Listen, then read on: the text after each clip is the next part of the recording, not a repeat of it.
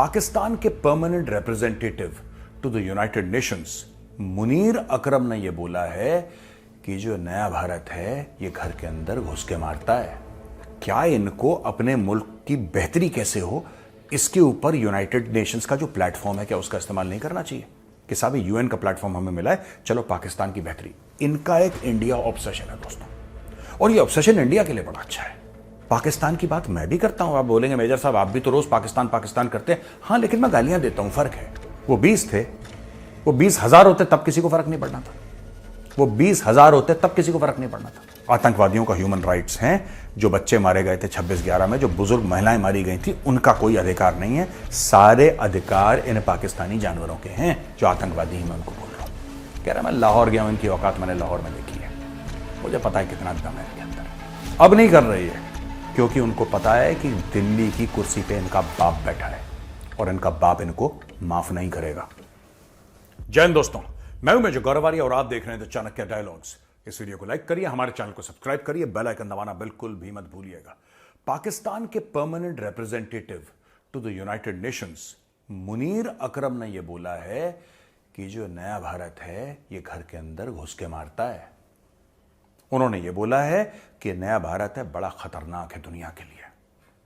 इस नए भारत ने पाकिस्तान के अंदर लोग भेजे हैं, अपने हत्यारे, अपने एजेंट्स पाकिस्तान के अंदर भेजे हैं और कई पाकिस्तानियों को मौत के घाट उतार दिया।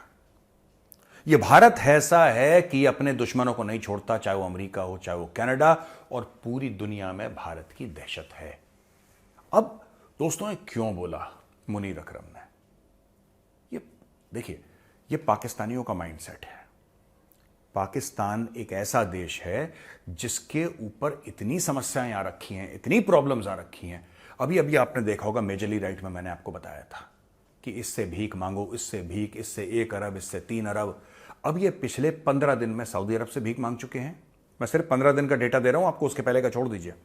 ये सऊदी अरब से भीख मांग चुके हैं, ये चाइना से भीख मांग चुके हैं, ये IMF से भीख मांग चुके हैं, ये UAE से भीख मांग चुके हैं। समझ रहे हैं आप? ये 4 मुल्कों से भीख मांग चुके हैं। और जब इब्राहिम रईसी मरा उसके बहाने जाके इन्होंने ईरान से भी भीख मांग ली। तो ये इनका स्ट्राइक रेट है। हर 3 दिन में ये या तो एक डिपार्टमेंट से, ऑर्गेनाइजेशन से या देश से भीख मांगते हैं। एवरी 3 days दे बेग। ये इनका 3 दिन का साइकिल है। क्या इनको अपने मुल्क की बेहतरी कैसे हो इसके ऊपर यूनाइटेड नेशंस का जो प्लेटफॉर्म है क्या उसका इस्तेमाल नहीं करना चाहिए कि साहब यूएन का प्लेटफॉर्म हमें मिला है, चलो पाकिस्तान की बेहतरी। इनका एक इंडिया ऑब्सेशन है दोस्तों, और ये ऑब्सेशन इंडिया के लिए बड़ा अच्छा है। इंडिया के लिए क्यों अच्छा है? इसलिए क्योंकि जब ये भारत की बात, सबके लिमिटेड टाइम होता है वहां पे। यूनाइटेड नेशंस में जो भी कोई बोलता है वहां पे उसका एक लिमिटेड टाइम होता है, और उस लिमिटेड टाइम में जो आप बोलना चाहते हैं आप बोल सकते हैं। उसके बाद आपका टाइम खत्म हो जाता है। और ये हर समय अपने लिमिटेड टाइम में ये कश्मीर का जिक्र करते हैं, भारत का जिक्र करते हैं। ये कभी भी पाकिस्तान का जिक्र नहीं करते। दोस्तों आप सोचिए कितनी विडंबना है ये, कैसी विडंबना है कि एक देश जो कि आटे की लाइनों में खड़ा है, पूरा मुल्क, उसका इतना ऑब्सेशन है इंडिया के साथ कि बिना इंडिया का नाम लिए आप कभी भी पाकिस्तानी यूट्यूबर देखना, वो 24 घंटे इंडिया की बात करते हैं। 24 घंटे इंडिया की बात करते हैं। India India India India. अच्छा, पाकिस्तान की बात मैं भी करता हूं। आप बोलेंगे मेजर साहब आप भी तो रोज पाकिस्तान पाकिस्तान करते हैं। हां, लेकिन मैं गालियां देता हूं, फर्क है। मैं तारीफ नहीं करता पाकिस्तान की, वो सारे के सारे इंडिया इंडिया इंडिया। मैं तो रोज गालियां देता हूं और मैं आपका भी स्वागत करता हूं। आप भी मेरे साथ मिलकर, हम दोनों मिलकर गालियां देते हैं पाकिस्तान को, और माहौल बनेगा। देखिए दोस्तों, अब ये क्या कहना चाह रहा है, ये जो मुनीर अकरम है ये कहना क्या चाह रहा है? ये कहना चाह रहा है कि देखिए भारत ने असैसिनेशन कर दिया पाकिस्तान के अंदर, भारत ने कनाडा में ठोक दिया, भारत ने कोशिश करी अमेरिका के अंदर, पन्नू वाला केस उसकी तरफ डायरेक्शन दे रहा है कि ये जो भारत है ये बड़ा खतरनाक है, ये भारत ये अलग है, दुनिया में इंस्टेबिलिटी फैला रहा है और सबको देखना चाहिए भारत क्या। अच्छा, इसने जो तकरीर करी, इसने जो लेक्चर दिया, किसी ने इसकी बात नहीं सुनी। मैं आपको बात बता रहा हूं, एक बड़ी बड़ी इंपॉर्टेंट बात। निज्जर मारा गया, पूरी दुनिया में हाहाकार हो गई, किसी ने निज्जर को मार दिया, निज्जर को मार दिया, और कनाडा के प्राइम मिनिस्टर जस्टिन ट्रूडो ने यह बोल दिया कि भारत ने निज्जर को मारा है, भारत ने निज्जर को मारा है। उसके पास प्रूफ नहीं है, वो सबूत नहीं दे पाया, लेकिन उसने अपनी पार्लियामेंट में बोल दिया। और बाद में उसने ये भी बोला कि हाँ ठीक है, मैंने जानबूझ के इसलिए बोला क्योंकि मैं नहीं चाहता कि भारत कुछ ऐसा करे। उसने ये नहीं बोला कि मैंने इसलिए बोला क्योंकि मेरे पास सबूत है। सबूत नहीं है उसके पास, कह रहा मुझे लगा भारत ऐसा कर सकता है, इसलिए मैंने पहले ही बोल दिया कि भारत फिर थोड़ा सा 2 स्टेप पीछे ले ले और भारत फिर ये सब कार्रवाई ना करे। ऐसा जस्टिन ट्रूडो का बच्चों वाला दिमाग है उसका, कोई बात नहीं, उसने कह दी बात। लेकिन निज्जर वाली जब बात हुई तो पूरी दुनिया भर में डिस्कशन हुआ। भाई साहब 20 से ऊपर पाकिस्तानी मारे गए हैं, अज्ञात लोगों ने 20 से ऊपर पाकिस्तानी मार दिए, जो कि पाकिस्तानी कह रहे हैं कि भारतवासियों ने मरवाया है या भारत की सरकार ने मरवाया है या रॉ ने मरवाया है, किसी ने XYZ, यानी कि इंडिया का डायरेक्ट कनेक्शन है। आपने किसी मुल्क को देखा ऐसे बोलते हुए कि यार बड़ा गलत हुआ पाकिस्तानी मर गए? आपने सुना किसी मुल्क को ये बोलते हुए, किसी भी देश को, यूनाइटेड नेशंस को बोलता कि यार ये तो गलत चीज है यार, पाकिस्तानी ने? सब लोग कह रहे हैं यार सानू की। देखिए, पाकिस्तानियों की जान की कीमत पाकिस्तान के अंदर नहीं है। इनको लगता है कि ब्रिटानिया का आदमी, अमेरिका का आदमी, न्यूजीलैंड का आदमी, ऑस्ट्रेलिया का आदमी, फ्रांस का आदमी, यूनाइटेड नेशंस में जो बैठा है बंदा, वो फिक्र करेगा। वो यार ये लम्हाए फिक्रिया है यार, ये तो बड़ी अजीब सी चीज हो गई यार पाकिस्तान के। कह रहा कोई फर्क नहीं पड़ता किसी को। वो 20 थे, वो 20,000 होते तब किसी को फर्क नहीं पड़ना था। वो 20,000 होते तब किसी को फर्क नहीं पड़ना था। पाकिस्तानियों को खुद नहीं फर्क पड़ता। 80,000 बंदे इनके मर गए पाकिस्तान के इन so called war against terror, war on terror में 80,000 पाकिस्तानी निपट गए। 150 अरब का इनका नुकसान हो गया, ऐसा पाकिस्तानी कहते हैं। ये आंकड़े पाकिस्तानियों के, मेरे नहीं है। तब पाकिस्तानियों को फर्क नहीं पड़ा। फिर अमेरिका से पैसे ले रहे हैं, फिर अफगानिस्तान के अंदर घुस रहे हैं। देखिए, इस कौम को कभी फर्क नहीं पड़ने वाला मौतों से, इनको खजूर चाहिए। अच्छा, अब फ्रॉम एन इंडियन पर्सपेक्टिव यार मैं एक बात कहना चाहता हूं, from a purely Indian perspective. इन्होंने, ठीक है, अब इंडियन पब्लिक पर्सपेक्टिव, मैं सरकार की बात नहीं कर रहा यहां पे, आप ये मत सोचिएगा मैं सरकार का हवाला दे के बात कर रहा, नहीं, एक कॉमन इंडियन की बात से। यार कॉमन इंडियन ये सोचता है कि चलो ठीक है, ये कह रहे हमने मार दिए तो अच्छा ही तो करा। कॉमन इंडियन ये सोचता है कि यार अगर घुस के पाकिस्तान में मारा है तो क्या बुरा करा है। ये लोग तो वो थे ना जो भारत का नुकसान करना चाह रहे थे। ये लोग थे जो कश्मीर में कत्लो गारत कर रहे थे। ये वही लोग हैं जिन्होंने 26/11 प्लान करा था। ये वही लोग हैं जो पठानकोट के हमले में मुलव्विस थे। ये वही लोग हैं जो कि अक्षरधाम टेम्पल के अटैक में इन्वॉल्व थे। तो अगर भारत ने घुस के पाकिस्तान में इनको मार दिया तो अच्छा काम करा। ये इंडियंस का एटीट्यूड है। तो इनको ये लग रहा है, देखिए सुनिए, मैं ये नहीं कह रहा, अब हम ऑफिशियल पे आ जाते हैं। अभी तक तो मैंने अनऑफिशियल बात बोल दी, अब मैं औपचारिक फॉर्मल उस पे आ जाता हूं। भारत कह रहा है कि हमने ऐसा कुछ भी नहीं करा, हमारी पॉलिसी है नहीं। और जो घुस के मारने वाली बात कर रहे हैं वो बात कर रहे हैं साहब बालाकोट की, वो बात कर रहे हैं सर्जिकल स्ट्राइक की। वो ये बात नहीं कर रहे कि हमने अपने बंदे भेज दिए और वालों ने ठोक दिया इसको। नो, नॉट एट ऑल, ये बात कर ही नहीं रहे। अब मेरा ये कहना है यार, छोटी सी बात समझो आप, एक just one small little thing.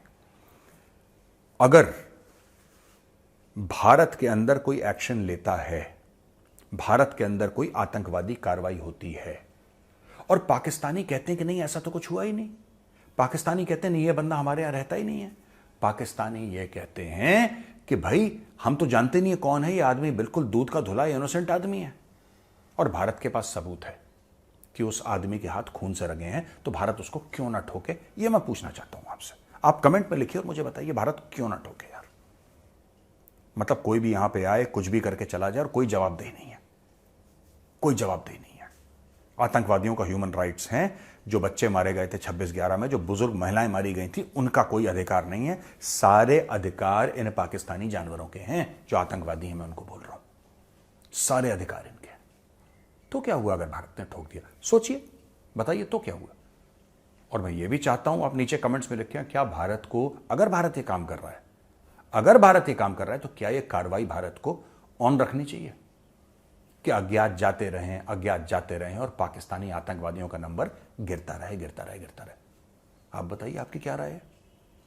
बड़ा धमकी ये कर देंगे, हमारे पास न्यूक्लियर वेपन है, ये है, वो है, तो हमारे पास एटम बम है और हमारे पास पाव किलो के बम है और हम गजवाए हिंद और फलाना ढिमका। मोदी जी ने क्या बोला था? स्टेटमेंट सुना है ना आपने मोदी जी का? कह रहा मैं लाहौर गया हूं, इनकी औकात मैंने लाहौर में देखी है, मुझे पता है कितना दम है इनके अंदर। ठोक दिया तुम्हें मोदी ने, बताओ तुम क्या करोगे? ठोक दिया, तुम्हारे घर के अंदर घुस के ठोक दिया, और बताओ तुम्हारी जितनी भी खुजली है ना ये 26/11 की, और हम अजमल कसाब को भेज, तुम भेजो अजमल कसाब को एक बार फिर से, तुम भेजो, फिर देखना तुम्हारे मुल्क का ऐसा दमादम मस्त कलंदर होगा ना, नंगे पैर नाचोगे सड़क पे तुम? भेजो तुम, अब भेज। अब नहीं भेज रहे पाकिस्तानी, अब नहीं कर रही है, क्योंकि उनको पता है कि दिल्ली की कुर्सी पे इनका बाप बैठा है और इनका बाप इनको माफ नहीं करेगा। वो घसीटेगा ज्यादा, मरेगा कम, ये पाकिस्तान को पता है। तो आज की तारीख में पाकिस्तानी थोड़ा सा यहां ठीक है, मुनीर अकरम जाके यूनाइटेड नेशंस में, भारत ने जब भी पाकिस्तानी ऐसी बात करते हैं, मैं आपको एक और बात बताऊं, पाकिस्तानियों, शायद आपको ये बात पता नहीं होगी, जो पाकिस्तानी भाई बहन देख रहे हैं वीडियो, मैं उनको ये बात कह रहा हूं, जब भी पाकिस्तानी कहते हैं ना कि ये रॉ की साजिश है और ये हो गया और यहां पे आके छुप के हमारे बंदों को मार दिया, इंडिया में सीटियां बजती हैं, इंडिया में सेलिब्रेशन होता है, इंडिया में तालियां बजती हैं। वो पता नहीं कौन अज्ञात है, अज्ञात मतलब अननोन, जिसको आप लोग कहते हैं ना नामालूम अफराद, वो नामालूम कौन है हमें भी नहीं पता, उसको वो इसीलिए नामालूम है कि किसी को नहीं पता। लेकिन जब भी नामालूम जाके किसी लश्कर तैयबा, किसी जैश मोहम्मद, किसी हिजबुल मुजाहिदीन, किसी खालिस्तानी दहशतगर्द को पाकिस्तान के अंदर ठोकता है, भारत में सेलिब्रेशन होते हैं। भारत के ड्राइंग रूम में, भारत की बैठकों में चीयर्स होती है, लोग एक दूसरे को मुबारकबाद देते हैं, सुना यार कल अज्ञात ने फिर से काम कर दिया कराची में, मुबारक हो, ये मुबारक हो, बहुत बहुत शुभकामनाएं। ये बातें होती हैं भारत में। तो मैं मुनीर अकरम को कह रहा हूं कि तुम्हें कहीं पर भी बोलना है तुम बोलो, तुम्हें यूनाइटेड नेशंस में बोलना है बोलो, ठीक है। अपने कौम की इज्जत, अपने कौम की गैरत जो बची कुची है पतीले की खुरचन जैसी, उसको गिरवी रख के अमेरिका के पैरों में जाके गिर के गिड़गिड़ाना है, तुम वो भी कर लो, वो भी कर लो। लेकिन जो भारत मां के खिलाफ कार्रवाई करेगा, जो भारत मां के बेटे बेटियों को मारेगा, अज्ञात कभी ना कभी आएंगे और रात को उसके घर पे दस्तक देंगे। आप ये कहते हैं ना नया भारत है, ये कैसा भारत है? ये नया भारत है, ये दुनिया में अस्थिरता फैला रहा है, ये नया भारत है, ये बहुत बुरा भारत है, ये मोदी का नया भारत है। हाँ, ये मोदी का नया भारत है। वो दिन चले गए जब तुम 26/11 करते थे और यहां पे एयर चीफ मार्शल, इंडिया के एयर चीफ मार्शल, ठीक है, air chief marshal Fali Major ये कहते थे कि मेरे जहाज तैयार हैं सर, हमारे जहाज तैयार हैं, इंडियन एयरफोर्स तैयार है, आप हुक्म दीजिए, पाकिस्तान की खिड़कियां खड़का देंगे, आप हुक्म दीजिए सर। और सरकार कहती थी air chief martial please stand down, कुछ करने की जरूरत नहीं है, हम पाकिस्तान के साथ जंग अफोर्ड नहीं कर सकते, पाकिस्तान के पास न्यूक्लियर हथियार हैं, अगर पाकिस्तान ने न्यूक्लियर बॉम्ब चला दिया तो क्या होगा। यहां पे पिछली सरकारों का यह रवैया था। अब की सरकार का यह रवैया है कि उनके पास न्यूक्लियर बम कुछ नहीं है, ये झूठे हैं, ये लाहौरी लंगूर झूठे हैं। और अगर तुम्हारे पास न्यूक्लियर है ना, तो हमारे पास तुमसे बेहतर है, तुमसे अच्छे डिलीवरी सिस्टम है। मार रहे हैं, घुस के मार रहे हैं, एहसान समझ के मार खाते रहो, एहसान समझ के मार खाते रहो। बीच बीच में अज्ञात आएंगे, बीच बीच में अज्ञात तुम्हें टीका लगा के नारियल फोड़ के जाते रहेंगे। एहसान समझो, ठीक है, मेहमान नवाजी करो उनकी, आदर सत्कार करो उनका, स्वागत करो उनका। मुंह खोलोगे, मुंह के अंदर जाएगा ब्रह्मोस, कहां से गया कहां से निकला ये तक पता नहीं लगेगा तुम्हें, ठीक है। और मुनीर अकरम बेटा, तू जो रो रहा है ना वहां पे यूएन में, तू रोता रहे, किसी के बाप को 2 टके का फर्क नहीं पड़ता, ठीक है। अब दोस्तों सवाल और जवाब पे यहां पे सव्यसाची साठे, जय हिंद sir, hope you are in good health. जय हिंद सव्यसाची जी, बिल्कुल ठीक ठाक हूं मैं, थोड़ा सा थका हूं, लेकिन I am in okay health, thank you for asking. I wanted to ask what is the future of POK as there is serious turbulence in the political and public air, will Bharat do anything to support the protesters and POK? जय श्री राम साठे साहब। हमारा पूरा emotional moral support है POK वालों के लिए, पूरा emotional support है, इमोशनली हम सपोर्ट करते हैं, ठीक है, हम दिल से सपोर्ट करते हैं। और हम चाहते हैं कि पीओके वाले ऐसे ही पाकिस्तानी फौज पे पत्थर फेंकें, ऐसे ही पाकिस्तान के झंडे को उतारें, फाड़ें, जलाएं और तिरंगा वहां पे लहराते रहें और ऐसी ही नारेबाजी करते रहें, वहां पे सिट इन हो, वहां पे हड़तालें हो, वैसी आज़ादी की मुहिम, कारण कोई भी हो सकता है कारण टैक्सेस हो सकता है कारण जिसको कहते हैं कि बिजली के रेट बहुत ज्यादा हैं, गैस के रेट ज्यादा हैं, कारण वो हो सकता है। वजूहात कुछ भी हो, उससे कोई फर्क नहीं पड़ता, वजूहात कुछ भी हो उससे कोई फर्क नहीं पड़ता, पीओके में फसाद होना चाहिए। क्या भारत की सरकार सपोर्ट कर रही है? बिल्कुल नहीं। और भारत की सरकार क्यों सपोर्ट करे भाई? ये उनका अंदरूनी मामला है, उनकी आजादी की लड़ाई है, वो लड़ाई। हां, हमारा दूर से जिसको कहते हैं ना मॉरल और इमोशनल आशीर्वाद है। ना भारत ने वहां पे पैसे दिए, ना भारत ने किसी को कुछ करा, वो उनकी लड़ाई है यार। हम दूर से आपको मीडिया के थ्रू सपोर्ट कर सकते हैं, उतना हम जरूर करेंगे। लेकिन मैं ये कहना चाहता हूं कि मुझे बड़ी खुशी है जब मैं देखता हूं पीओके में ये हो रहा है। पाकिस्तान ने इतने पैसे दिए, पाकिस्तान ने इतना कुछ करा, हमारे कश्मीर में 30-35 साल कत्लो गारत करवाया, इतने हजारों दर हजारों लोग मर गए, आतंकवाद फैलाया, टेररिज्म फैलाया, सब कुछ आजादी के नाम पे। अब दूसरी तरफ के कश्मीरियों को आजादी चाहिए। क्यों पाकिस्तानियों, स्वाद आ रहा है? Very good.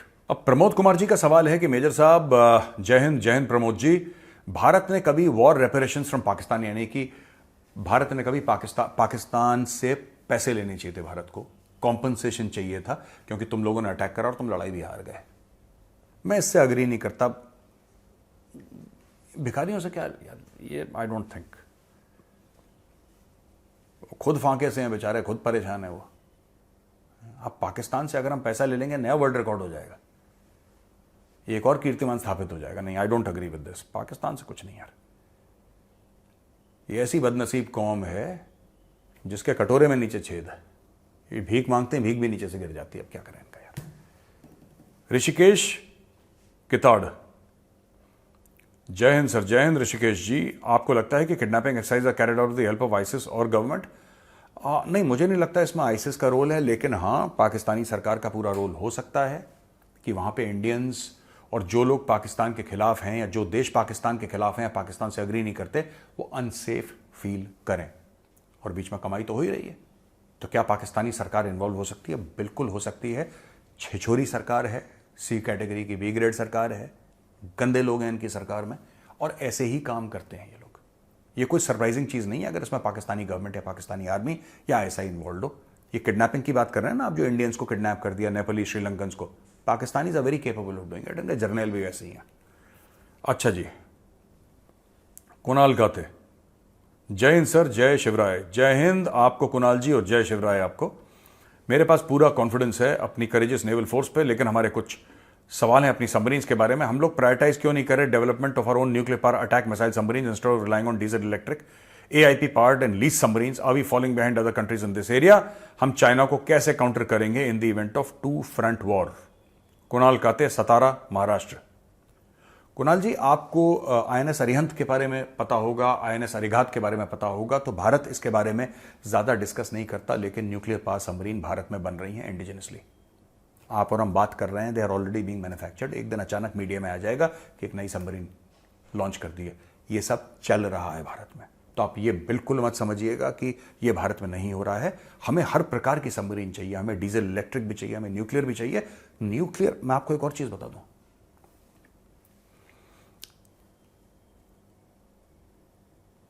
मैं कई बार गया नेवी, कई बार नहीं 2-3 बार गया नेवी वालों से रिक्वेस्ट करने के लिए कि सर मुझे ना INS अरिहंत पे शूट कर सकता हूं।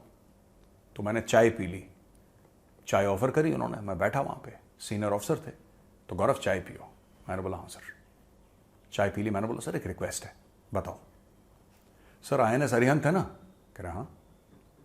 मैंने बोला मुझे शूट करना है सर INS अरिहंत पे, क्या मैं कर सकता हूं? मेरी तरफ देखा, घंटी बजाई, बेरा आया अंदर, बोला कि साहब को एक और कप चाय पिलाओ। यह है INS अरिहंत। नेवी वाले उसका नाम तक नहीं लेते, इतनी खुफिया है। उसके क्रू की शक्ल किसी ने नहीं देखी, और इवन इंडियन नेवी के ऑफिसर्स INS अरिहंत के अंदर नहीं जा सकते क्रू के अलावा।